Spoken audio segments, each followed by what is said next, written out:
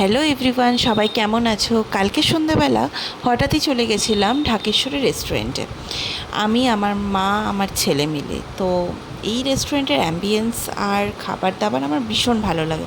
তো ফার্স্টে আমি এখানে মেনুটা ভালো করে দেখে নিচ্ছিলাম, তারপরে স্টার্টার নিয়ে নিয়েছিলাম ফিশ ফিঙ্গার, আর তার সাথে নিয়েছিলাম ভার্জিন মজিতো। কার কার ভার্জিন মজিতো খুব পছন্দ আমাকে একটু অবশ্যই কমেন্ট করে জানিও। তারপর এখানে নিয়ে নিয়েছিলাম আমরা গার্লিক নান, আর তার সাথে নিয়েছিলাম চিলি পানির। তারপরে একটুখানি নিজের ফটো সেশন করছিলাম, তারপরে বেরিয়ে পড়ি। এখান থেকে আমরা চলে গেছিলাম জগন্নাথ দেবের মেলায়, যেটা হচ্ছে কল্যাণীতে।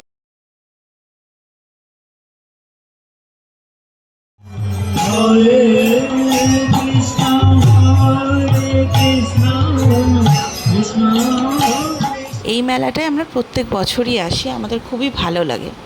তো চলো, আজকের মতন টাটা, আবার অন্য একটা ভিডিওতে আবার দেখা হবে।